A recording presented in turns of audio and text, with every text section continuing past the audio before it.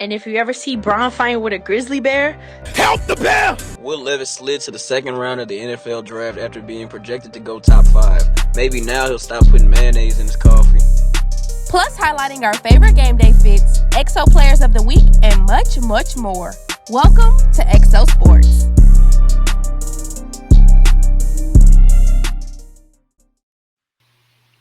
What's up, everybody? Welcome to XO Sports here on Xperience TV, where we talk everything sports, fashion, and fun.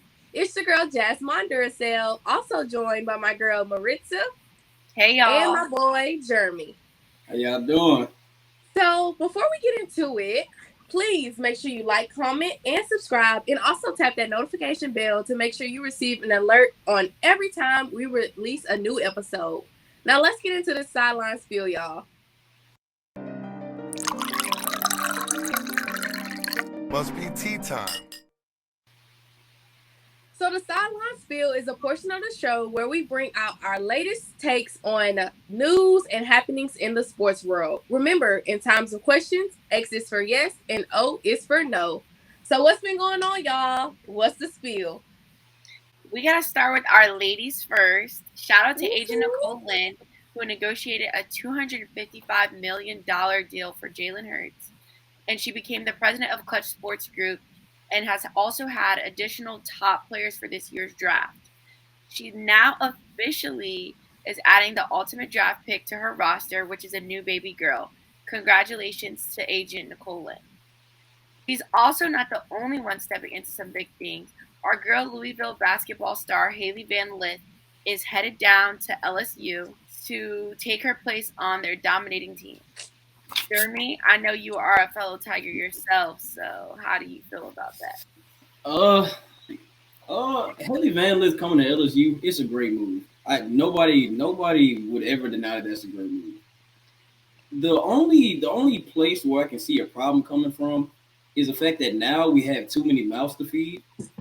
Because we already have Angel Reese, Flau'jae has to get her touches, Kateri Poole has to get her touches. Then now we have to factor in Hailey Van Lith into that. You have to factor in the number one player in the 2023 recruiting class, Michaela Williams out of Bossier City, Louisiana. Shout out to 318. You also have to take into account Alea Del Rosario, the 6'5" forward from the Bronx, New York, the number 4 overall prospect in the country, and Angelica Velez, a 4-star guard from the Bronx, New York as well. She was a number 21 ranked player in the country. So this is a lot of mouths that have to get fed. And whenever a lot of people need to get fed and people aren't getting fed, what happens? Adversity. Yeah. So going into this past season, the thing that allowed us to make it to the championship was the fact that we didn't have any real expectations as far as making it to a championship. Even Kim Mulkey said it. She didn't expect nobody expected us to make it to the championship. Not only make it, but win. Now that's the expectation. Hailey Van Lith hasn't even moved to Baton Rouge yet, and we're already expected to win a championship. That's true. And on top of that, they already have enough mouths to feed with her coming. There's a rumor going around that Anissa Morrow from DePaul, the number 2 player in the transfer portal, right behind Hailey Van Lith, she might come to LSU too. So with a potential starting 5, including Angel Reese, Hailey Van Lith, and Anissa Morrow, they all score around or above 20 points a game. That's 60 points right there. How many shots are they taking? But then it's not even with the shots. It also goes into how is the coach going to accurately put these players within the game, knowing that everybody's going to want playing time. So and it's just because they're individually good, that doesn't mean they're gonna mesh well as a team. So. Especially because you got a few cocky players, you got people that are more humble than others. So I feel like it all falls back on the coach. Now they have set a nice foundation to bring these players in, and it all depends on how the coach is going to, place these players where they need to play, because she's gonna have to bench somebody. Somebody's not going to be able to play. Somebody's not going to be able to play first. They're going to have to sit out. They're not going to be able to start. And that's where you can see the conflict may come in if she does it what she's supposed to do. Everybody has to buy into it. Y'all know what it's like. Most of the team knows what it's like to win a championship. Mm-hmm. Y'all have to instill your teammates with those same values, those same goals. And if you don't, y'all aren't gonna make it to the championship. Y'all aren't. Yeah. And especially in Louisiana, Baton Rouge, we like talking. We like letting people know who we are. Facts. We got to. That's just how we are. It's in our nature. Everybody from Louisiana, we just like talking. So, hey man, we talked so much last year. Like we talked so much last year to the point where if we didn't win, we were gonna have a bad feeling. But now we gotta talk so much this year to the point where if we don't end up winning the championship, we basically lied to everybody. No, for real. And we were lied to. That's the way it's gonna feel being in Baton Rouge, being a fan of LSU. It's a very tormenting experience. Y'all never know though. Y'all can't be putting these expectations on these people. And that's y'all be putting the expectations on them. That's just how it is in Baton Rouge, Rich. That's just how we get down. And sports in general. But Haley's not the only one on the move. The transfer portal is heating up. We got to touch on all these transfers going on. Starting over at Colorado University with Deion Sanders, primetime Deion Sanders, best cornerback ever. Yep. Over 50 of Colorado's players have entered the transfer portal. Some players even sharing their experiences of entering the portal and experiences with Deion. Son of Colorado's 1990 national championship team, Lamar Gray, Travis Gray, said that Deion gave him these departing words. You're 6'8", 320 pounds. I know in my heart of hearts the school is going to pick you up in the portal when you enter. Make your weaknesses your strengths and keep progressing. I hope you have a great future. It just won't be here at the University of Colorado. But it doesn't stop there. Tight end Zachary Courtney took to Twitter to express his frustration, saying, for the coaches who are trying to recruit me, I'm sorry, but I will not be able to get all my film from my practices last season since I am not allowed to have it because the head coach at Colorado University won't allow it. Let me repeat that. The head coach at Colorado University won't allow it. This is very unlucky, and if you have any questions, just text me. So many people, whenever Deion ended up becoming the coach of Colorado, a lot of people started going. Yeah. Why would you not want to be coached by one of the greatest, not even just football players, athletes of all time? If you have the chance to take that, you almost have to take it. Yeah. I don't blame you. And it's like, I just feel like it's one of those situations where, because Deion's from Florida, Deion, he's a Southern boy. So the way we go about stuff is tough love. You got to work. You got to work to get my respect. The Pac-12 is not like that. And you can tell that it's not like that because almost every time the Pac-12 is matched up with an SEC team, what happens? The SEC team whoops them. Yeah. Different. Like Nick Saban. If Nick Saban seen all those people transferring, he wouldn't even comment on it. He wouldn't care. They running away from the grind. Yeah. I agree. And I feel like his job there is to make a winning team. And so get right or get left. Exactly. Another thing about teams in the Pac-12, in the SEC, we on Central and Eastern time. So when it's like 8 or 9 over here, it's 6 o'clock in the morning. They still sleep in California. Yeah. So while they sleep, our athletes are up at 8, 9, 10 o'clock in the morning in the blazing heat. It get hot down here. It get hot. They out there in the blazing heat practicing. Why you still sleep? So that's why I can't say that I'm surprised by a lot of people leaving. Now, could Deion have handled certain stuff differently? Of course. I feel like him making it adamant that players have to earn their numbers, he kind of overdid it because there was a player, I forgot his name. I can't think of his name. He's gonna come to me soon. He left Colorado solely because Deion wouldn't allow him to wear the number 1. You gotta work for that. You gotta earn it. That's number 1. You just think you're gonna be given the number 1? That's the one number most people want. You can't be wearing a single-digit number. I'm sorry. Like, if you're number 5 and you trash, what are you doing? I'm gonna give you number 99, and you just gonna sit on the bench. You're gonna look like you play long snapper. Like, what are we talking about? But I'd love to hear y'all's thoughts and opinions on this. I've been talking for a minute. I agree. I think it's known for single-digit numbers. You should be good. You have to be good. But that's something you work for. Like, you can't just because that was your number in high school, when you get to college, doesn't mean it's gonna be your number in college. You gotta work for that number. You gotta earn it. I feel like it's a lot of tough love the way he's coaching, and there's nothing wrong with that. So I don't blame him, to be honest. These people better step their game up. Yeah. I feel like as far as, his departing words to, Travis Gray, it's like that's like one of those signs where it's like you're in a breakup and they tell you like it's not you, it's me. Yeah, it's like a sorry, not sorry. Yeah, like what are you talking about? So it just depends. Like some people could say that he's doing a little much. Some people can say that he's not even doing enough. Like he could be doing way more.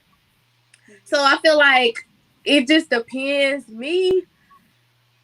I feel like a lot of people want to be coached under Deion Sanders. Like he's known for changing the whole trajectory of how people play, how he like puts them in certain positions and different things like that. So you gotta live up to the standard of him, and then also what he's bringing to the table. So yeah, that's really all I gotta say about that. But of course, we can't just talk about trades without getting into this draft, y'all. So the 2023 draft just took place and history has been made. We had 3 black quarterbacks, not 1, not 2, but 3 black quarterbacks in the top 5 picks. Clap it up for that. Like, come on. With Bryce Young, CJ Stroud, and also Anthony Richardson. So, me personally, I'm happy because I'm a Texans fan and we got CJ Stroud. And I think for him to be also the second pick, he has a lot to bring to the table. I think he's pretty good. Like, he's pretty cold as far as like the quarterback standpoint and everything. And then we also got Will Anderson, because I got to talk about my amazing Texans. We got Will Anderson, the linebacker, and I think it's comeback season. I got a few Saints fans or whatever fans y'all are. Put a name on it. Nah, put a name on it. It's comeback season for the Texans. So I'm very happy that we have some good players. They traded their 12th pick for the second pick, and they got the third pick, and they got Will Anderson. So, I'm happy. Then we got a new coach. So the NFL draft is looking, pretty good. Pretty good. What y'all think about it? Whenever multiple GMs come out and say that there's only 15 prospects in a draft class that deserve to be drafted in the first round, that's a problem. That's a problem. And, every year, the second, third, fourth round, those are the picks that really fill out your roster. You only use your first round pick on a player that you think has the potential to be a Hall of Famer. There were a lot of people drafted in the first round. I honestly just didn't see it. But then again, there are some teams that knock their draft classes out of the park. Yeah. I have two that I'll name. I'll start off with the Philadelphia Eagles. They're sticking to their blueprint of trying to build the best defensive line in the NFL. In the first round alone, they got Jalen Carter. Jalen Carter, it was arguable that he would be the first person drafted. But after some off-the-field concerns, he kind of slid. And then the Eagles, they followed up drafting Jalen Carter at the 9th pick with drafting Nolan Smith, the defensive end / linebacker out of Georgia. He ran a 4.39 40-yard dash. 4.39. You can't ask for nothing. You can't ask for nothing more out of an edge rusher. And then not to mention that he's 235. Exactly. Like now he's a heavy hitter. Yeah, he's gonna have to bulk up a little bit, but he's not gonna lose his speed. If he can get up to like 250 by the time the season starts, the Eagles gonna have a really good defensive line. And then in the third round, they drafted Sidney Brown, a safety. They really needed a safety after Chauncey Gardner-Johnson left. Sidney Brown will bring an element of great playmaking skills. He's a very versatile player. He can play up high. He can play in the box. He can play a little bit in the slot. Similar to what Chauncey Gardner-Johnson was doing in New Orleans. And then in the fourth round, they drafted Kelee Ringo. Coming into the draft, Kelee Ringo, he was regarded as one of the best cornerbacks in this class. If I'm not mistaken, he had an injury which caused him to slip a little bit, and he fell all the way to the fourth round, and the Eagles got him. I mean, it's better than nothing. It's better than nothing. He just need the platform. He don't need $1 million to go and show you what he can do. He just need the platform. And then another team that had a really, really great draft class this year was the Detroit Lions, surprisingly. So they started their draft class off doing something that is really unprecedented. They drafted a running back. They drafted Jahmyr Gibbs out of Alabama. A lot of people want to compare him to Alvin Kamara because of their speed, their ability to catch, and the dreadlocks, obviously. But I feel like he's more so. Nah, he's definitely like Alvin Kamara. I don't know what I was about to say. It was gonna be wrong. I was trying to be different. He was being delusional.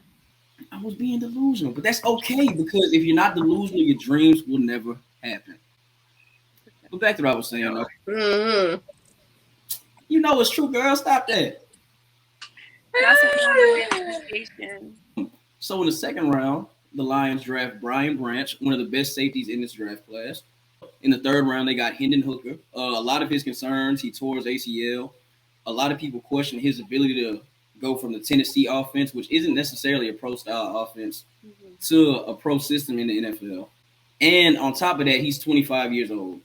That's not – he's 3 years younger than the Lions starting quarterback, Jared Goff. Fun fact. Okay.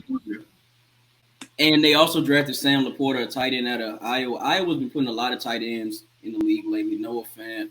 Iowa's becoming a powerhouse for tight ends. But yeah, I feel like those two teams knocked the draft out the park this year. I agree. Okay. So moving on, Lamar Jackson is staying with the Ravens after coming to an agreement on his contract. So he is now the highest paid quarterback in the league. But the real question is, does he deserve it? So I'm going to start off this one. I'm going to say y'all know I live in Baltimore, so I've had a lot of threats. Avenue. You from the avenue, when the avenue was the avenue. If you wasn't there, you're a number new. Lamar. But I personally was a little upset that he literally, 5 days later is now getting paid more than Jalen Hurts. And I'm going to say that it's because of Miss Nicole Lynn, because if it wasn't for the way she negotiated her contract with Jalen, there was no way that Lamar was going to be able to negotiate his. He used that to tell the Ravens, oh, if Jalen is getting this, I'm going to need this. Mm-hmm. That's fine. Maybe he should get a real agent, but that's not the point of this conversation. Mm.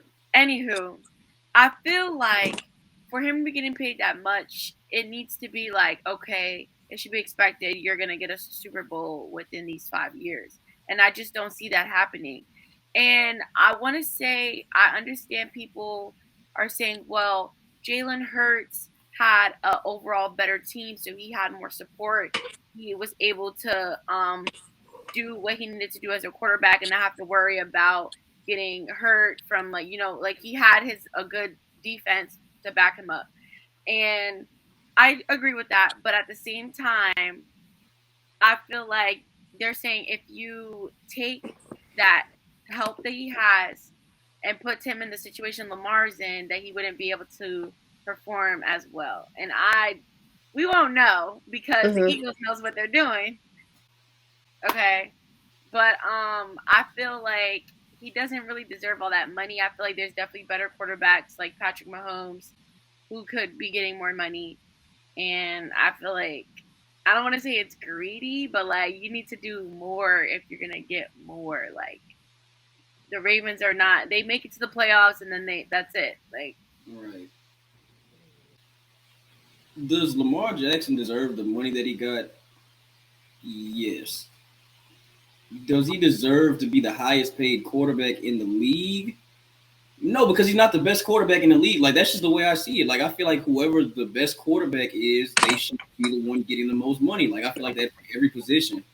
But Lamar Jackson, even though this was something that was looming over him, the fact that it was looming actually helped him in the long term.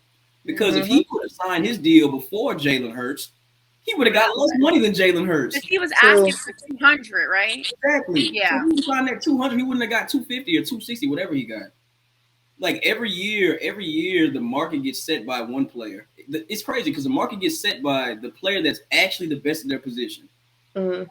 And everybody else under them, as far as skill and as far as talent, they end up making more money because it's simply because of time. Yeah. And a lot of teams they'd rather overpay somebody than allow them to walk away just off the fact that they're already familiar with the offense. That really wasn't smart on the Ravens, and they honestly I would feel like, okay, you need Lamar, you want Lamar, just give the man his money now because now you're paying even more. See, that's Yeah. the thing. All they had to do was give him his $200 million whenever he was asking. Now you got to give him $260. Right. Dummy, like that's so dumb. Why that makes no sense. Dummy. It don't make sense to me either. Because me personally, I think that first of all, he need to go ahead and switch over to the agent. He needs an agent. Mama agent ain't working. Exactly, Mama Tasha Mack. It's not giving. I feel like he definitely needs a different agent, and like how you said, Maritza, of comparing the Jalen Hurts to him. If I was an athlete, I would want to be sponsored by Nicole. Like I would want her to be my agent because the deals that she is making, they're real nice. They're real nice. Now I feel that after everything that has transpired, it has put a different light on him to where it's like, are you being greedy now? Because you already got Odell Beckham on a team. Now you're asking for, like, that's already Odell Beckham. Their salaries are very high. So it goes into like, you're doing a little much now. Like, you're doing a little much. So y'all didn't have the money before, but now you got the extra 60 million. What? Hey, they must be money laundering or something. Like, where's he coming from? Hey, that's some dirty ass money. That's a y'all know the stadium right next to just like something that you just be like, here you go. Like that's that 60 million. Like, God, 260. You know what I would do with $260 million? What? That's 260 million hot and spices for reference. Now, out of all things, when you had to bring it to McDonald's. Yeah, shout out McDonald's. I hope they sponsor us. Yeah. So if you had $260 million, you said, you know what? The first thing I want is a hot and spicy from McDonald's. I gotta stay humble. You tripping? $260 million is like paying off a whole bunch of people's student loans. I'm worried about me. That's my money. I'm paying off my student loans. You're not even thinking about that. If I get 260 million hot and spices, I never have to pay for food again. Then again, I'd be out. You would be sick of hot and spices. Lord help him. Hold on. I'm looking at you different because what? Why you McDonald's? I'm still the same. I just like hot and spicy. The first thing I'm gonna do is go on a vacation. Actually, I'm going on a world tour. She Hollywood. Let's see what you gonna do with that money, Jay. I know for me, I ain't gonna lie. The first thing I'm doing with that money, I'm paying off my student loans. I can work with it. I'm paying off my school for the next 2 years that I'm here. And then the rest is free for all. I'm getting everything I need for my lights, YouTube channel. I'm getting me an apartment. Oh, I'm balling out. I'm buying a house, my Mercedes. Oh Lord. My mama, she gonna get a $2 million. I got my friends, they might get, a few $100,000. I can't give them $1 million. $500,000? $100,000. If you give your friend about $10,000, $20,000, that's something. And then if you invest it right, you need a Keisha Kayor and invest it right, how you supposed to double it. Then I'll think about giving you more if you double the profit. XO Finance is coming soon, but we gotta keep it moving though. We gotta keep the show rolling. Definitely. Now let's get into these playoffs, y'all. The Knicks have made it into the second round of the playoffs for the third time in history. History, y'all. Just 3 times. That is wow. The Lakers versus the Grizzlies game happened, and the Lakers defeated the Grizzlies by 40 points. That was the first time since 2010 that the 7th seed beat the 2nd seed. History has just been happening during these playoffs, y'all. Definitely. And Jimmy Butler had an amazing game, scoring 56 points and 9 rebounds, knocking the Bucks out of the playoffs, who were also the 1st seed. Would y'all agree that this is the best basketball we've seen since the bubble? Yes. Definitely. Why? I don't know. It's just like I just liked how unpredictable the bubble was. I agree. Like I just like the fact I feel like since nobody had home court advantage, the playing field was like it was very even Yeah. as far as what could potentially happen. Now, if we're talking about what actually happened, it wasn't even at all. The Lakers ran through the West, ran through the West. The Heat ran through the East. But that's how it was supposed to be. That's why I like the bubble so much because it's not like yeah, everybody missed. It's like people miss their family, but everybody missed their family. Yeah. People missed their daily routines, but everybody missed it. Even the reporters that were in the bubble had to leave their personal routines at home. It's like everybody had to buy into this, and the people that bought into it for real, the most out of anybody, LeBron James and Jimmy Butler. Yeah. Yeah, I agree. I think that was a rough patch for the players. Then, like mentally, they were drained, but at the same time, we're all here to play basketball, and I feel like so it really was easy for them to like be locked in. Right. As an athlete, I feel like you know what you're signing yourself up for. You know that you're going to be missing big accomplishments within your family's lives and, holidays. It's no off season, really.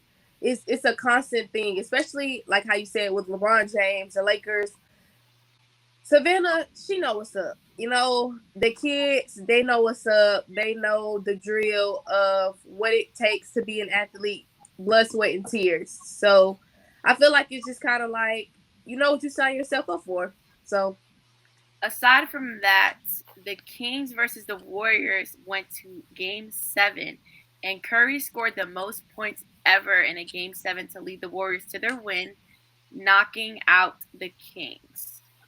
And while on the topic of basketball, how do y'all feel about the Clippers and Paul George and Kawhi? Do they need to move on from Paul George and Kawhi? How y'all feeling? Please let me go first. Please let me go first. Oh my God. Go ahead. Yes, they need to blow. Yes, they need to blow it up. Yes, they need to blow it up. Yes, they need to blow it up. So the expectation after Kawhi Leonard and the Raptors won that championship, the expectation that Steve Ballmer had whenever he signed Kawhi and he managed to get Paul George, the expectation was let's win a championship.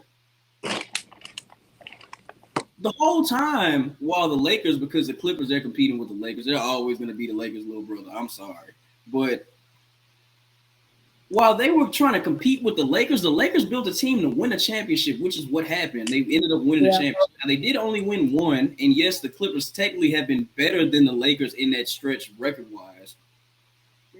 No, I don't think that there's ever been a time where I could confidently say the Clippers are going to win the finals this year. And you're a Clippers fan. That's the thing. If Paul George and Kawhi were healthy, I think we had a great chance. And if it was, we'd all be drunk. That's the problem. What? If it was a fifth, we'd all be drunk. That's the old black man verbiage. I'm gonna need you to stop. I'm just saying. Y'all, I feel like first of all, Paul George is very adamant about bringing a chip to Los Angeles because he wants the Clippers to be known as the Clippers and not the Lakers' baby brother. So, I feel like keep Paul George for sure. I feel like that we can work with. And I would love to keep Kawhi because when Kawhi is healthy, he is helping out and he is doing what he needs to do. But when he's not, it's just like, oh, we need sit down for me, Buki. Somebody like to, step in.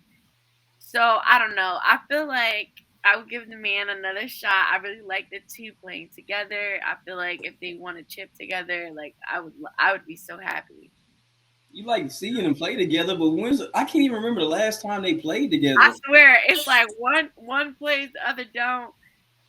I want to say I don't want to say and be wrong, but it was about 20 games maybe this past season. They played together. Yeah, something like that. It's time to blow it up. What you think, Jazz? So I like Kawhi. I do. That's all I gotta say. Let's switch gears and get into our players of the week. Real pros who know the game all too well. Player to player. So my player of the week this week is Jared Vanderbilt. Now, I'm still sliding down the wall that the Grizzlies lost. Like, y'all, I was generally sad. Like, I was like, oh my gosh. Like, if Ja would have been in the second game and his wrist wasn't so messed up, like, I was just like, oh my gosh. So at first, it was Ja Morant. I still rock with Ja Morant. Like, that's game. You know what I'm saying? Like, we here. That's game. We locked in. Yeah, we locked in. If we locked in, ain't no switching up. So we're locked in. But I feel like for this playoffs, they weren't really ready.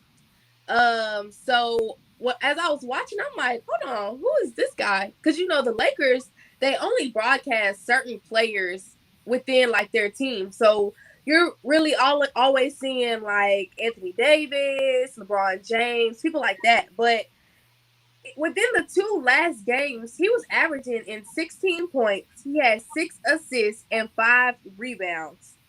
And he was just on fire, like shooting half court, just throwing them, like just icy with it, like the whole team. So if I had to choose for the team, I'm going with the Lakers. I'm gonna stick beside them.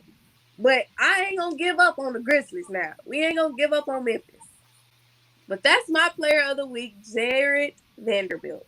Pretty good. Okay. So, y'all, my favorite player of the week is Mr. Jimmy Butler, or what people are calling him, Himmy. Listen, man, this man is just hilarious because during the regular season, it's like your average Joe, like, I'm chilling, I'm hooping, nothing too crazy, just enough for the people. And we get to the playoffs, and he's like, oh, don't forget, I'm still that guy. Like, dropping 56 points, like, it's nothing. You was dropping 20 points in the regular season. What is this? So, I don't know. I feel like he is a humble player, and so sometimes people may, like, forget that, like, he really still is that guy. And I personally like Jimmy Butler. He's one of my favorite, not one of my favorite, but I like him. He's one of the players I like in the NBA. We'll say that. You had to edit that just in case, Mr. George seen it. Right. Paul George is still my fave. My player of the week this week is Jalen Jeremiah Brown. His middle name's not Jeremiah. I just made that up. I was like, what? It sounded good though. What is on his face? He had a mask on. He had a little, he had a little run in. He good though. Right? Yeah. Oh, okay. Jalen Brown is the best second option in the NBA right now. The best second option. When have you ever heard Jalen Brown scrubbed out in a game? Never. When have you ever heard? When have you ever heard? Damn, somebody just put 40 up on Jalen Brown. Never. Jalen Brown had the quietest, most not looked for 27 point per game season ever. Mm-hmm. With Jason Tatum getting so much of the focus of teams' defenses, Jalen Brown is in so many one-on-ones, and he's a very good. He's improved a lot on his isolation scoring. He's improved a lot on his shooting. Now, I wish his playmaking could get a little bit better, but there's no need to playmake when you have Marcus Smart, Derek White, and Jason Tatum running the offense. Yeah. Jalen Brown, what he needs to do. Yeah, Jalen Brown. I'll go ahead and say it. I feel like Jalen Brown is a top 10 two-way player in this league. He's a top 10. I feel like his offense is better than Drew's, but Drew's defense is, like, I don't want to say way better, but it's significantly better, so I can't put him over Drew Holiday as far as being two-way goes. But he's definitely up there. And with this upcoming series that the Celtics have going against the 76ers, I believe the first game is going to be played on Monday. He's gonna have to guard James Harden. He's gonna have to guard Tyrese Maxey. Now, while yes, James Harden is kind of falling off, I guess you could say he's still a force to be reckoned with. Averaging 21, 6, and 10 is not anything to bat an eye at. Like that's an all-star season. If he would have had that stat line 5 years ago, he'd be first team All NBA easily. Yeah. I mean, it's not James Harden in his prime, but it's still James Harden. He's still James Harden. And Tyrese Maxey, he's young. He's one of the best young, bright stars in this league. He's on course to get a max contract this offseason. So he's going to have his hands full, but I feel like he's going to come out on top. Yeah. Love me some James Harden. I'm very saddened with the things that transpired between him and the Rockets. Yeah, he loved to use the strip clubs. He was on vacation. Yeah, for sure. For sure. Are we still in the NBA? What are we doing? Exactly. But, I think that he definitely put on for, the lovely city of Houston, Texas. But, throw that shot up again? She finna throw Houston there every time. That's what she did. Yeah. Totally did. Yeah. So, I think that nobody's matching James Harden. Well, I don't want to say nobody's matching James Harden in his prime, but James Harden was just something. He was like a breath of fresh air. Like a lot of people seeing James Harden was like a breath of fresh air from like Kobe Bryant and like Michael Jordan. Like it had been a minute. Steph Curry, like it had been a minute. So he was like a breath of fresh air for real.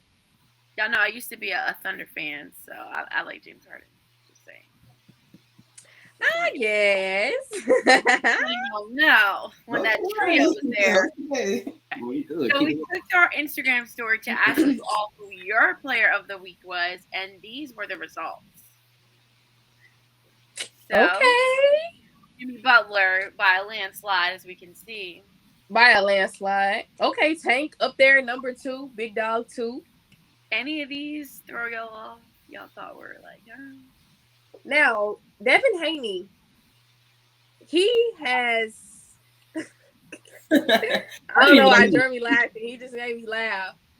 Devin Haney, he's really good. Now, when he starts to fight and he starts to box, we're gonna have to get into it. So I can't get too nit and gritty. But for him and LeBron James and Ja Morant to be like towards the end, it wasn't given. I'm gonna have to look who the followers are because. But I think because LeBron, I feel like that's already a player that's usually like not everyone's player, highlighted, So I was here for it just to be one vote. Yeah, and then for Jimmy Butler. So we had recently posted on the page, like I don't want to say like his sob story, but his, we'll say his testimony. His life. His testimony. We'll say his testimony. How about that? His testimony. That's a good word. So I really did not know all those things about him, like how he got kicked out of his house. And, if you don't really know much about Jimmy Butler, I think that you should really research it because it was really nice to read that. It gave me the Blind Side vibes. Y'all know the Blind Side where she came in, she took him in. It was like, come on, I got you. So that's what it really gave. But at the same time, you never really know what people are going through. And I know Jimmy Butler, he's very humble. Like, he's very humble. Why, to be honest, the way he was brought up. And you don't really see a lot of players like that that are, like, humble. They like, man, this is this is that. Or, they try to compare it and be like, I was in the trenches. Like, I did this, I did that. Like, calm down. Baby thug, like calm down. You're in the NBA now. Like, be cool. I'm gonna keep it to a minimum because if somebody bring up, my player, Lord help her. Now it's time to get into some of our favorite game day fashions. If you want your best game day or team spirited fits to be featured on the show, just submit them or tag us at exosports.xtv. And before we get into it, remember, X for yes, O for no.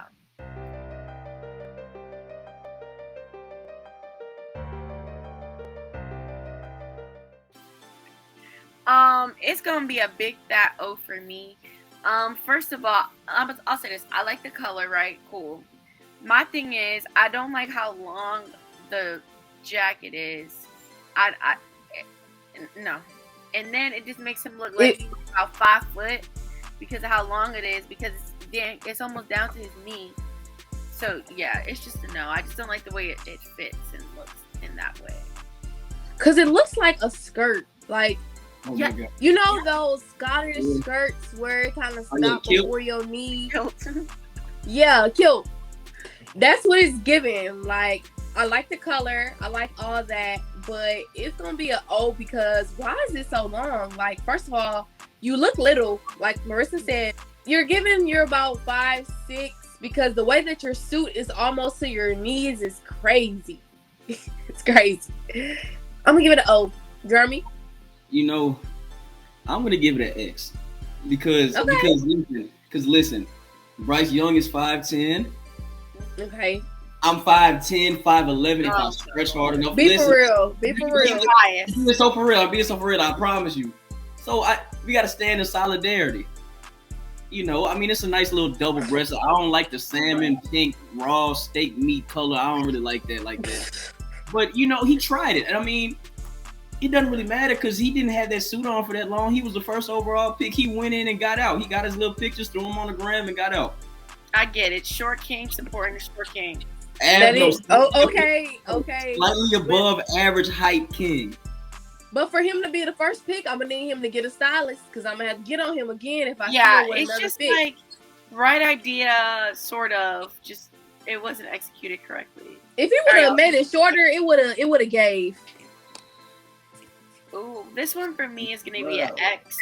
Actually, it's an X for the whole family. They all ate. But yeah. I want to say, is that like rose pepper? Like I can't really tell what that is in the soup, but it's pretty simple, and I like it. Less is more. I didn't know if it was splashes of paint, so I don't know if it was on the right side of his hand because he's a quarterback. You know, that's his throwing arm. Yeah. But I wasn't a big fan of like the different splashes because it looks like it splashes of paint. Like if I'm looking at it and I did like a quick glance, and when I was seeing him put on his hat, I'm like, is it like splashes of paint? Or is it like flowers? Or is it some type of figure out meaning to it? So it probably has some type of meaning to it. So I thought that it was, you know, it was very simple. It's still nice. So I'll give it an X. It looks suede too. Jeremy? I'm not even worried about CJ Stroud. Do y'all see his mother? Oh. Bro, no. Like, let's be honest. Yeah, she look good. I'm gonna look good. That's the most color she has on. I like the color she has on. I'll give it an X for the whole family. That's a beautiful family. Very beautiful. Let's keep it PG. Yeah, please do. This one. Anthony Richardson. Richardson. I'm gonna say X just because it looks pretty simple to me. Them ankles, but no, for real. I'm still giving it an X. It looked like, even though it looked like he don't got no socks on, but. And then the microphone beating away don't make it no better. It look like he got capris on. Yeah, it does. That's what I'm saying. I think X from what I see. You know, I am tired of the turtleneck and suit era. Girl. Now, for some people, it looks good.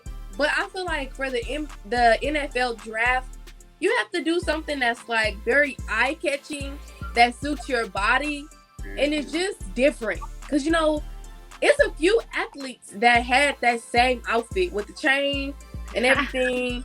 It's a few of them that had, like, the same outfit. So it's like, then he has a very basic color. Like, it's not something that's just like, oh, y'all, Anthony Richardson just put that on. Like, it's not that at all. Like, it's like, oh, okay. Like, he looked like he just finna go play a game. Like, so I wish he would have gave more. Because even though CJ Stroud, he had a plain suit on, he had something that set him apart. Because it's like, it's all right. I was trying to get a better look. I was trying to get a better look of the chain.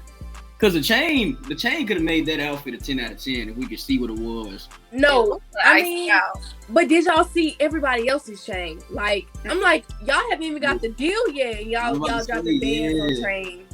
They got to dress the part. All right, y'all, let's see the next one. Wearing all right when I'm feeling godly. That's what Deja. I don't know why this reminds me. Yeah, what's that movie with the little kid with the blonde hair and the dog that's super smart or something? The Mr. dog Peabody? is- Is that it? Who? Mr. Peabody. Oh yeah, I think I know. Yeah, Mr. That's- Peabody and Sherman. But yeah. That's what this is giving. I ain't gonna lie, he fresh. He fresh. I like that No, all he white. hard. His pants go all the way to his ankles. You know what I'm saying? He don't look like he Glasses? flooding. With no frame is throwing me off though. That was unnecessary. You lying? Them not prescribed. It's no frames in there. It's Oh my like God. I could put my hand and poke him in his eye. We are not in 2011 anymore. Like No, that's he could exactly have got some so. blue, Aside from gray. the glasses, I'll give it a next. Y'all missing the most important part of the fit. He got the championship ring on. I was just about to say that he has a ring on. Hey, So what team did Hey. he come from again? he played for Georgia. Georgia. Okay. Yeah, he looked real glad. He got a nice smile too. But we ain't He gonna said get real into it. glad. His teeth, okay. Hey, So boo. y'all can say so y'all can say he look good, but I can't talk about CJ Stroud, mama. No, No, that's he somebody. never said that. I was about to say his mama look good. Like, He no, never you're said good. that. Where your mom's at? Let's see the next one, y'all. Yeah, this is a big fat no for me. You It's a see no how for me. fast my smile left my face? Love the color, but them shoes are killing me. The shoes are just a big fat no. And then that suit just don't look like it fit the way it needs to fit. Yeah, So- like I need to see the front of the suit because the color is really nice. It's like a lilac, you know, a lavender. It's very different. That's like something that I'll be like, but then you know you look in and it's like you go from head to toe, so it's like, what the heck? You get down to them feet, you like, What's going on with the feet? Excuse me, Like, Joe. why are like I would rather him have no socks, like the no sock look, than that, cause it's like he got stockings on. Then for him to have a lavender suit and he has hints of green in his socks. Are you a Powerpuff Girl? I don't know what kind of colors you have. You have a lot of colors on. not the Powerpuff Girl. So I'm gonna give it a O. I'm gonna give it an O just because he has a secret handshake with Roger Goodell.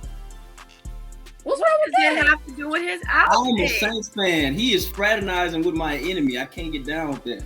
Listen, Anyways, y'all, Jeremy's gonna give it an O because the fit is just not it. Okay.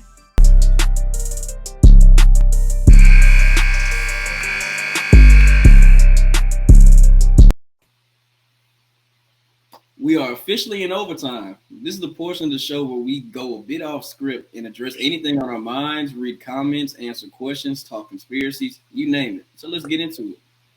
Before we get into our overtime this week, since this is our first fully released episode, I was thinking we could start off with a little EXO trivia so our new viewers can get to know us a little bit.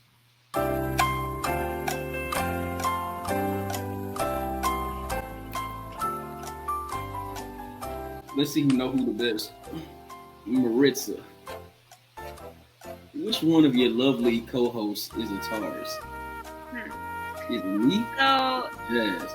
I myself am an earth sign, so I'm gonna give it to my girl Jazz. It's gotta be Jazz. Is it true? Ah, ding, ding, ding, ding. You are correct. So what's y'all sign? Marissa, what's your sign? I am a goat, so I'm a Capricorn. Okay, Capricorn's cool. Jeremy? Oh, my ex was a Capricorn. Oh, Then I'm sure she was great. Don't make me start naming all the great Capricorns that exist in this world or existed in this world. I'm a Cancer, you know. oh, Lord. And has. We're elite. We're very caring. We're very caring, very loving, very emotional. That's okay. That's what everybody say. Jasmine, J Money. Yes. Which one of your co-hosts loves the artist Currency, and that is his/her favorite artist? Now, I'm gonna be honest, y'all. I don't even know who Currency is, so I'm gonna have to. Y'all heard my voice crack because I'm nervous. Why you nervous? I'm gonna have to say Jeremy, because that's like something I've never heard before. I've never heard of no artist named Currency. I'm gonna put you on Currency, the high spit. He from New Orleans. He hard. Oh, I got it right. Yeah. Yeah. Ding ding ding ding ding ding. This next question is for Jeremy. So Jeremy, which host is a Clippers fan?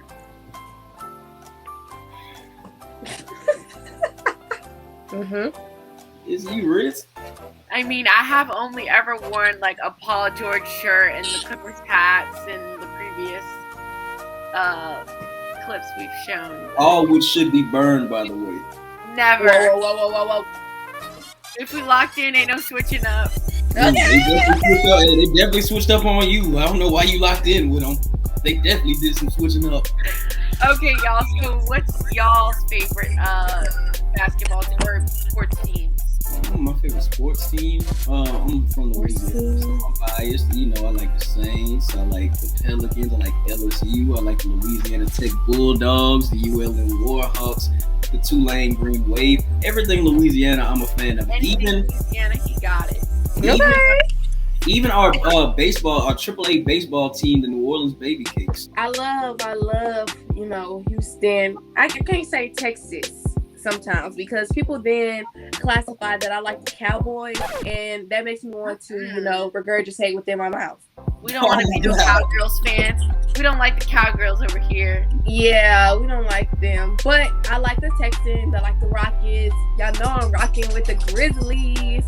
I'm starting to be a fan favorite of, the Lakers. I can't be a hater. I'm going to try not to be a hater too much. The Lakers are cool. I have a few more, but I really can't think of them off the top of my head. The Astros. We coming for another title, period. Didn't y'all cheat? Huh? Did the Astros cheat? Please don't ever disrespect. We won that. I mean, that's just what I heard, You heard incorrectly. My ears pretty good. No, that's just like, when you're up there, that's when they try and belittle you and say things like you cheated when you know you won fair and square. Mm-hmm. Let's not get into this. Cheating and oh Lord. Please. Tell yourself that to make yourself feel better about your team cheating. Mr. Delusional. Whoa. Be for real. Look, I'm only delusional on all the days of the week that end in Y. That's all of them. Yeah. Damn, I might have a problem, huh? Sunday to Saturday. One thing about me and Jazz, we go tag team Jeremy. It's fine, man. Because Jeremy think that he can't get caught up within what he be saying. He can't back up what he say. That's the issue with Jeremy. No. But we ain't gonna get into it on this episode. It's a lot of misandry. It's a lot of misandry that goes on this show. Man, they make me feel bad, but it's okay. Come on, y'all. Let's get to the last question. Which one of your EXO hosts' favorite movie is Fat Albert? Albert? Y'all favorite movie? Okay. I am going to say, I ain't gonna lie. It's like I got a nice feel of Maritza's vibe, so I'm gonna have to give it to Jeremy. If it's wrong, it's gonna be a shocker. You shocked. You be shocked. That is my favorite. Marissa, you like Fat Albert? Yeah, that was my favorite movie growing up.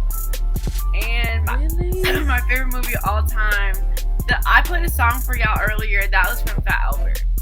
And I probably, if we ever were to put on Fat Albert, I could probably recite the whole entire movie.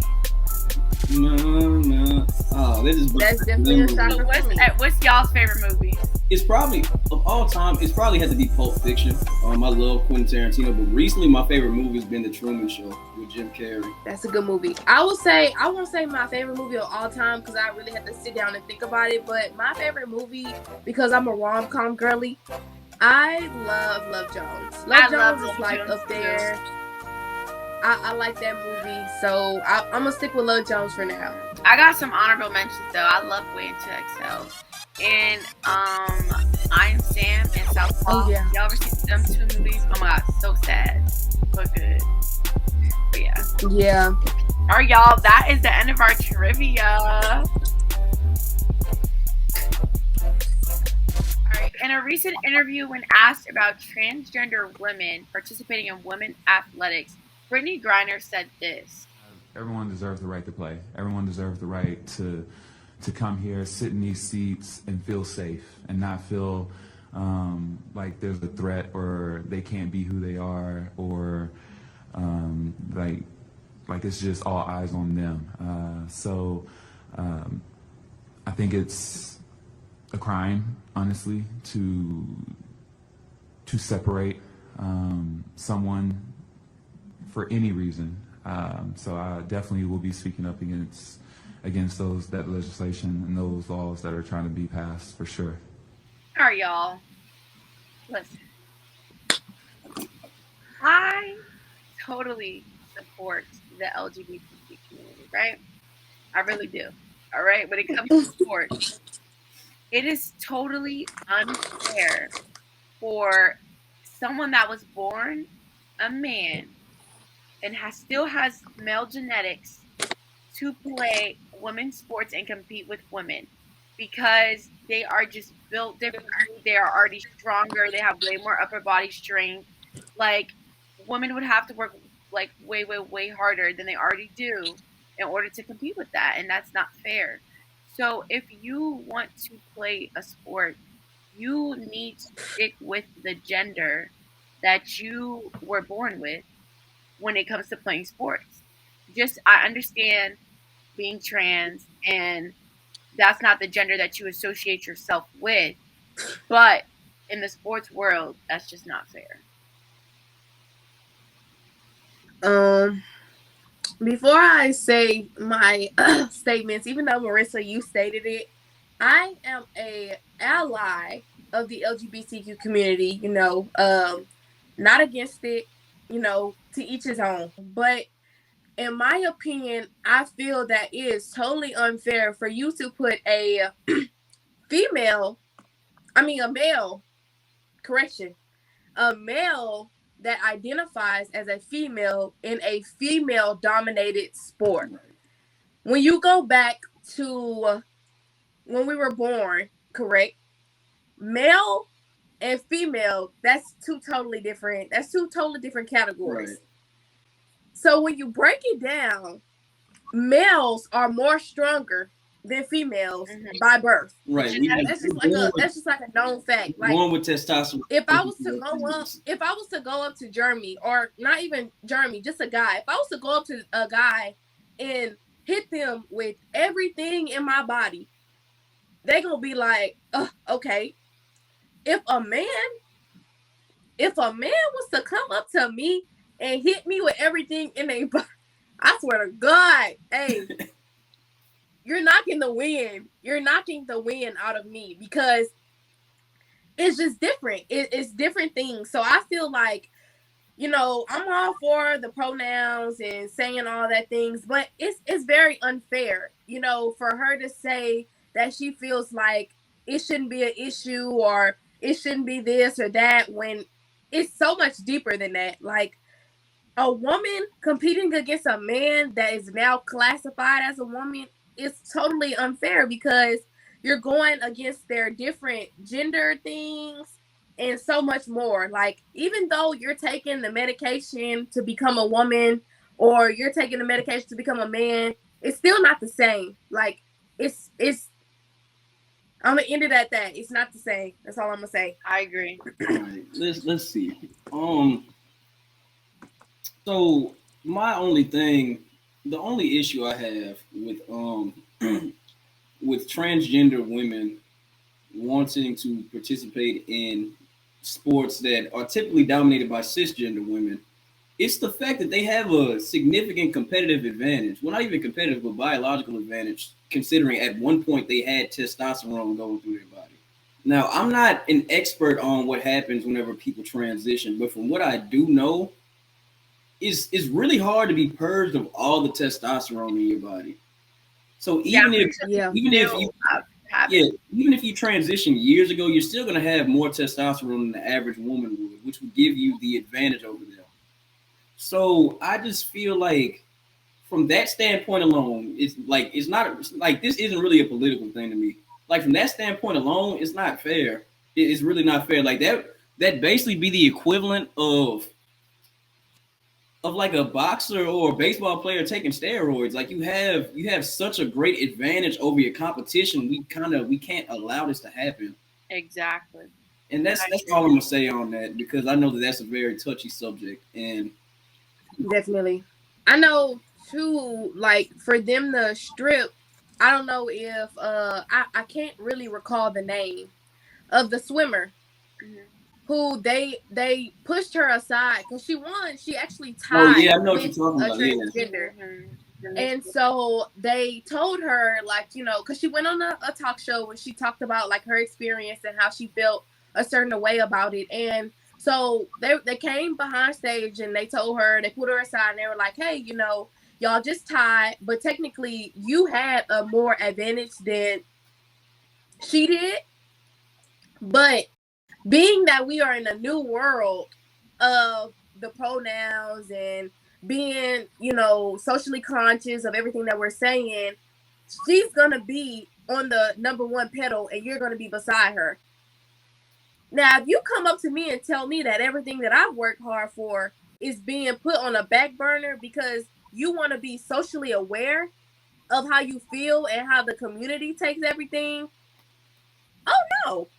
Because I worked hard for where I'm supposed to be at, and now you saying I'm gonna be number two because y'all don't want to get, you know, bashed by the LGBTQ community. So I think it's unfair. It is. If you feel a way about it, you know, slide in the DM so we can have a nice conversation about it. But I feel like it's unfair. I agree. We'll go more in depth about topics like this on our exopolitics page we're working on, but we got to keep it moving. So a lot of you may know, if you tune into the draft, Kentucky quarterback Will Levis made a lot of buzz after being spotted visibly upset at the 2023 NFL draft. Clearly expecting to be a first-round pick after strong predictions of being in the top 5. Some people even said he should be the first quarterback pick. I didn't agree with that because that's crazy. Yeah. People did. Reporter Colin Coward had some things to say about it. Let's take a look.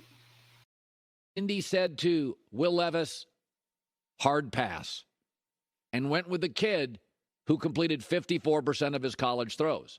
I'm told Richardson came across more humble and grateful in interviews, and that lots of coaches thought Will Levis and Anthony Richardson both needed fixing, and one would be easier to fix with a much higher upside. And Will Levis comes across as a little cocky. He loves his arm. He loves the gun show, which I hated. The sleeveless shirts, not a good look. I was told by 2 executives and a head coach that was an absolute turnoff, showing the biceps. Quarterbacks, go look at the history of them. They don't look like that. Will Levis loves Will Levis. In my opinion, while yes, Will Levis has been called cocky because, you know, he's at his pro day with his arms out, you know, just looking, I don't know. And he's kind of weird to me, though, because he said that he put mayonnaise in his coffee. But that's neither here nor there. I just wanted to throw that out there. Hold on. Jeremy back with his irrelevant facts and why he's biased. Yeah, it has nothing to do with the topic. Listen, I'm a very biased person. And mayonnaise in coffee is nasty, though. Mayonnaise in coffee is crazy. That's crazy, bro. He needs to be locked up. He needs to be shackled. He needs to be in a straitjacket with spiky. Is he trying to use that for creamer? That's nasty. Lock his ass up. Lock his ass up. You're going to jail. You're going to jail. Hey. That's disgusting. Colin would be the donkey of the day. Let's get into it. Sorry. Yeah. I don't feel like it's fair that we say Will Levis is cocky for not wanting to be in the green room if he wasn't picked in the first round. Because coming out of college, a lot of players they put in a request with the draft advisory board. I know they do it in the NBA. They do it in the I know they do it in college basketball. They do it in college football as well, where they'll ask somebody, where should I expect to be drafted? Sometimes people think they'll go higher and they end up going lower. Sometimes people think they'll go lower and they end up going higher. The problem is a lot of these people, these redshirt sophomores and these juniors, they ask where do you think I'm going to go, because this is the next step for their future. This is the next step, not only for them but for their family, their loved ones, their friends. Like a lot of these people, they're the ones that are expected to put on for everybody. So it's a little tricky situation, because on one hand, the draft advisory board is not wrong for telling that he was going to go in the first round. They're not wrong. I mean, he only went one pick after the first round. Yeah, he literally was the first pick in the second round. It's not like he was the 33rd. Yeah, pick. it's not like they were way off. He just didn't get drafted in the first round. So why would he want to sit in there? Because that's like a slap in the face. Like everybody's been saying, you're gonna go first round. And it's like the closer we get to the draft, the closer he gets to being the number 1 overall pick. People say, oh, he should be expected to go top 16. Then people say he's supposed to be top 10, then top 5. Then at one point, I seen an article that said he was the favorite to be the number 1 overall pick. I don't know how valid it was, but I saw it. But then again, I can see why people would consider that to be arrogant, because like, why don't you just sit there? I mean, at least you get to be in the green room. Like there's people that were drafted in the first round that didn't even get invited to the green room. For example, the wide receiver the Chargers drafted in the first round, Quentin Johnson out of TCU. They didn't invite him to the green room because they thought that he was going to go in the second round, and he ended up going in the first. So it's crazy how those two situations parallel each other perfectly. But what are y'all? Yeah. I feel like, well, it is disappointing to think, okay, well, I'm going to go first round. And then you're like waiting, you're getting all these people are getting picked, and you're like, okay, well, when's my time? And then you end up being the first in the second round. It's like, wow, because now your contract's going to be different. You're going to take a pay cut.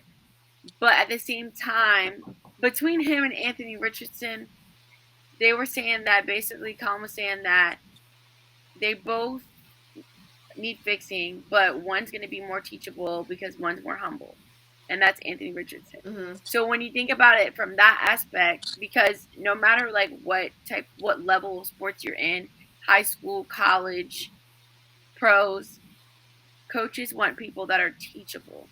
Right. If you're not teachable, then I can't do anything with you, buddy. So I think that is part of why he was drafted so low.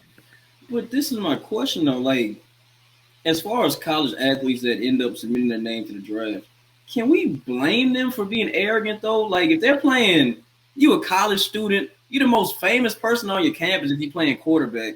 You're on ESPN, especially if you're playing the SEC, you're either going to be on ESPN, ABC, or CBS every time you play. Everybody has your jersey. Can you, like, they're arming him to be arrogant. You I mean, they're giving you all the words to be arrogant. You need to stay humble. Even though you have those certain luxuries that most athletes probably don't have within your, classification or like your ranking, right. It's still about being humble. Like no matter where you are, the thing is, if you're surrounding yourself with other players, as he was like getting ready for the draft. So it's the combine, right? Yeah, his process, yeah. Yeah, so while they were there, and I know that he talked about in the video him not having he had a gun show going on. He had his arms out and he was feeling himself and he thirst trapping on Instagram. Anthony Richardson, he wasn't doing all that. None of your work QBs were doing yourself. That. Nobody was doing that. So your work speaks for yourself. So for you to be in a room full of other people that are equally talented as you, and you feel a type of way because you're not the number 1 pick, oh well, you still getting picked, because some people were right. the 63rd pick, the 55th pick. So it's like, I get where you're coming from, where you're saying that he didn't want to be in the room, because of course, if I'm not the first pick, then why am I here? Because they kept putting the camera on him. Yeah. And I think they said something about the banana that he had. They were talking about the banana that he had, that he was babysitting the banana. Like, they were watching him. But I feel like no matter where you are in your career, you have to remain humble, because just as you got to those positions, you could get taken out of those positions and, other things like that. So it's all about being humble. Like, You could be the coldest athlete, and there's an issue with you not being humble. You know, Right. So Speaking about getting taken out of positions, the body cam footage of Alabama defensive back Tony Mitchell has been released, and footage shows him in tears as he's getting arrested. For those that don't know, Tony Mitchell was caught with 226 grams of marijuana and over $7,000 in cash, along with an armed weapon. So, based off of that, what y'all take on this case? What y'all thinking? He crashed out. okay. So be for real. So first of all, let's think of the math, right? So if you are caught with 226 grams of marijuana, the legal limit, no matter where you're at, is, first of all, you're over the limit. 226 grams of weed is crazy. Yeah. The limit is at least like driving wise, it's probably like 2 to 3. Yeah. If that. For you to have 226 grams of weed and $7,000 worth of cash. First of all, the number one question for me is, so as an African American male, what makes you want to, number one, drive around with that much cash and illegal substance in your car? Number two, I'm sure that he had a tinted out. So he had a Dodge. He had a Dodge car. He was in a Challenger. Now, I'm sure that the windows was tinted out. I'm sure. Like, with every athlete, there's a stereotype of them having the fast cars, the tinted out windows, and all that. So my number two question is, that's already a target, because most police officers, when they see a car with you have a fast car and your windows are at a legal tint, you're gonna be subject to be targeted. What makes you think that it's okay for you to just casually be driving around with that much cannabis in your car and cash, and then you're also a football player? Right. Like it looks like you're selling drugs. It's not making sense to me. It's like you crying, but you set yourself up for it. Mm-hmm. Yeah. So I mean, Jeremy, what you think? I don't know. Like I can already see from a situation like this that people are gonna try to use that same excuse they use. He's just young. At some point, somebody being young, that has to stop being the excuse for stuff like this. You're old enough to know better. Because whenever I was 18, I knew for a fact that was one of the things I should not be doing. That's suspect. Like, you driving around. Not only did he have 226 grams of weed and over $7,000 in cash, if I'm not mistaken, he had a loaded firearm in the car too. So even if you had no intentions of doing anything malicious or wrong, it doesn't matter, because it's all about optics. Like, you have all this money and all of this weed in your car. I'm gonna assume you're selling it. I think any of us would assume that. And you can't even be mad at that assumption. And it's not even a matter of, they think you're doing it because you're black. Now, this isn't one of those situations. This is strictly optics. It's not. You had $7,000 in cash and 226 grams. That's almost. He had 10 zips of weed. He had 10 ounces of weed. That's crazy. That is crazy. That's insane. 6 more ounces, and he had a pound of weed. Do you know how crazy that's a lot of weed? He had to have been selling, because why would you have that much weed? Why? And my thing you just is, bought that much weed? I don't understand why athletes put themselves in predicaments where they can lose where they're at.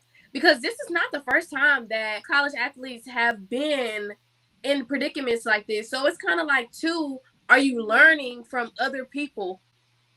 If you're having that much weed and cash, but you're also a defensive back, and he's pretty decent. He's a freshman. He still has time to grow. He still has time to learn and be coached. Mm-hmm. And you're making dumb mistakes like this. Yeah. To where you could literally ruin your whole career. Because even though there's a chance for you to come back, it's still going to get brought up. It's still going to be a topic of conversation. Really, no matter how far, no matter what you do to move on, it's still going to be a topic of conversation. Yeah. Like it's just another example. So, of I mean, Islam. Like he thought that because he played, I'm assuming that he thought that because he played football for Alabama, he'd be able to get away with it. Right. He's like, oh, well, I'm an Alabama football player. Well, now you're an Alabama football player with all this weed and money. Yeah, and it's just like I mean, don't get me wrong, I understand stuff like this happens all the time, but it's just the fact that this could have been easily avoided. From what we know, it could have easily been avoided, but because he was the one. No, wait, not even from what we know, he was the one driving. That could have been avoided. Let me not sugarcoat it. He could have done that. And then in Alabama, first of all, okay, Alabama. I'm just gonna say Alabama again. We know the type of people that are in Alabama. There's no need for me to even explain it. So even though you're an athlete at one of the biggest schools, what makes you think they're gonna want to cover for you after that's you bringing down their reputation? Right. Exactly. But you know, Tony isn't the only one losing opportunities over cannabis. The U.S. Olympic long jumper Tara Davis-Woodhall has unfortunately been stripped of her national title after testing positive for marijuana.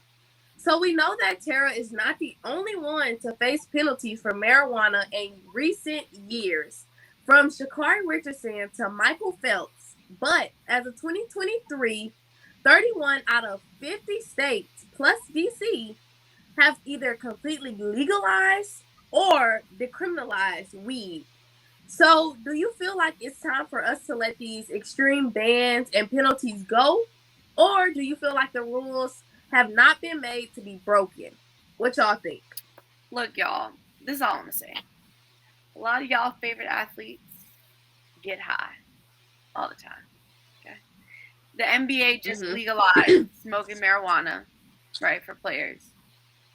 It's not a performance enhancement drug.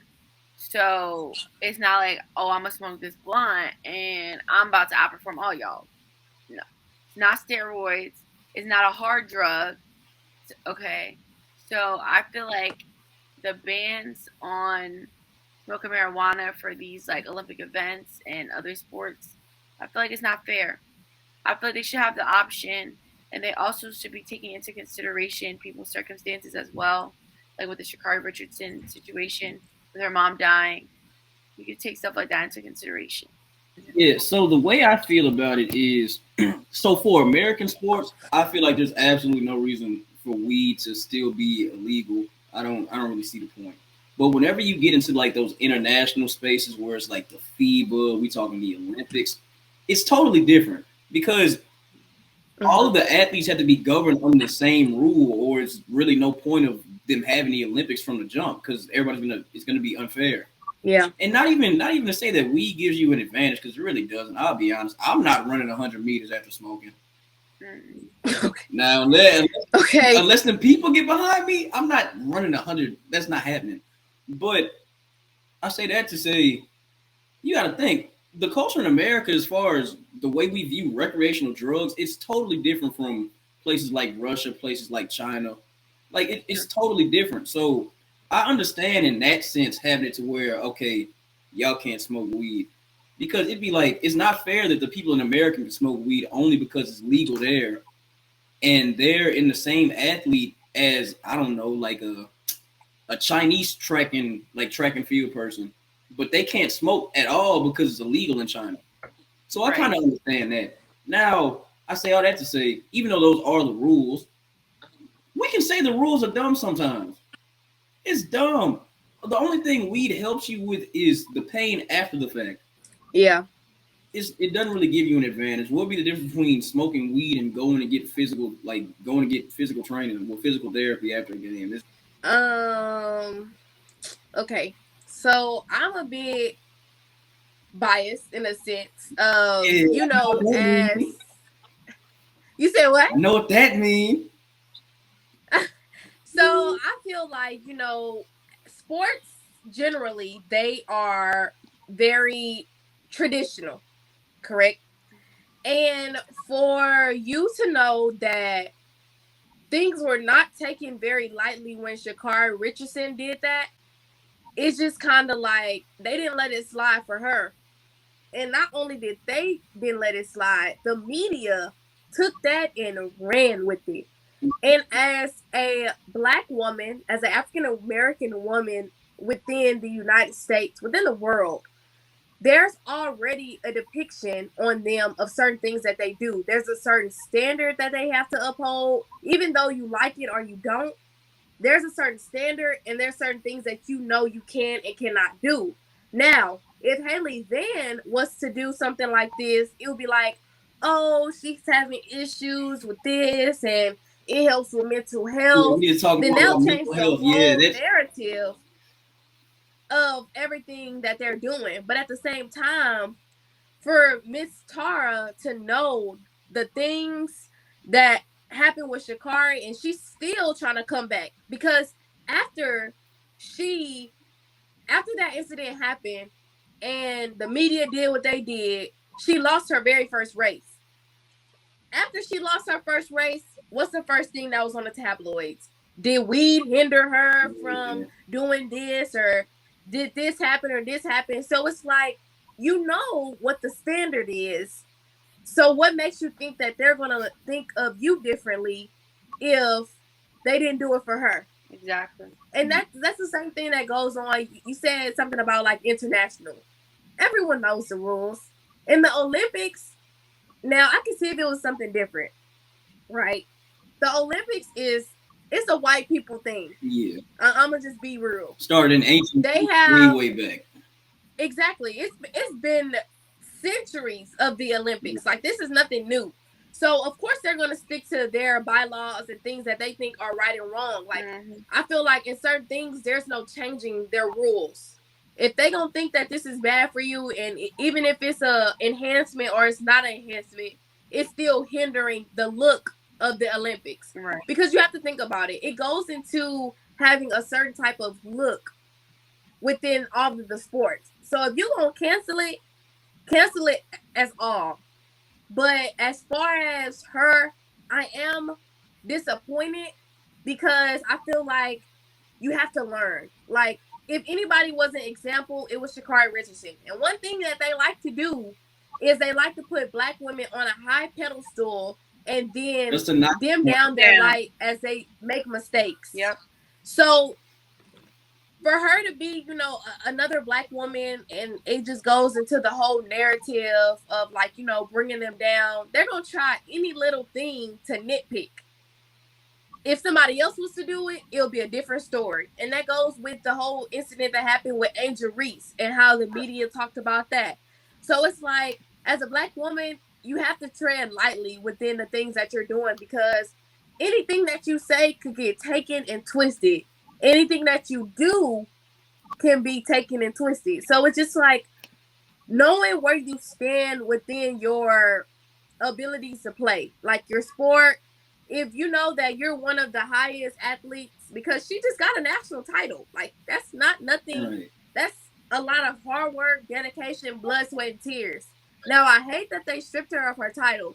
That's very unfortunate, because that's something, like I said, that she's worked hard for. But at the same time, you have to know the impact that you have on the younger generation, and also how the media is going to take what you do and twist it. So that's really all I have to say. You just have to be very careful and tread lightly within this new generation. Instead of a joint, a blunt, or a backwood, what Tara should have lit? What's that?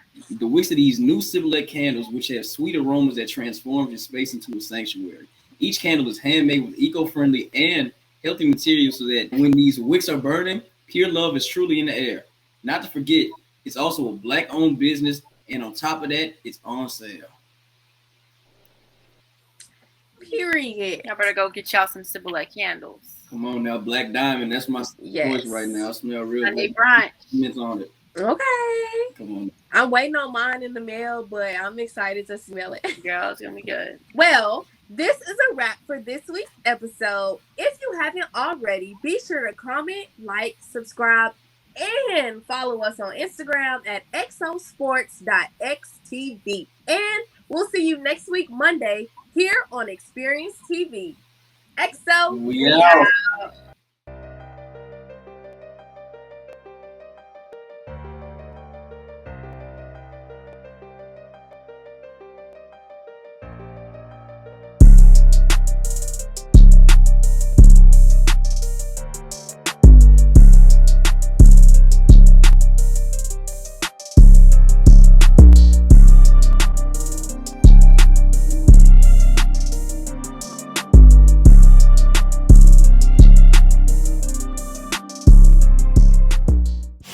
Xperience.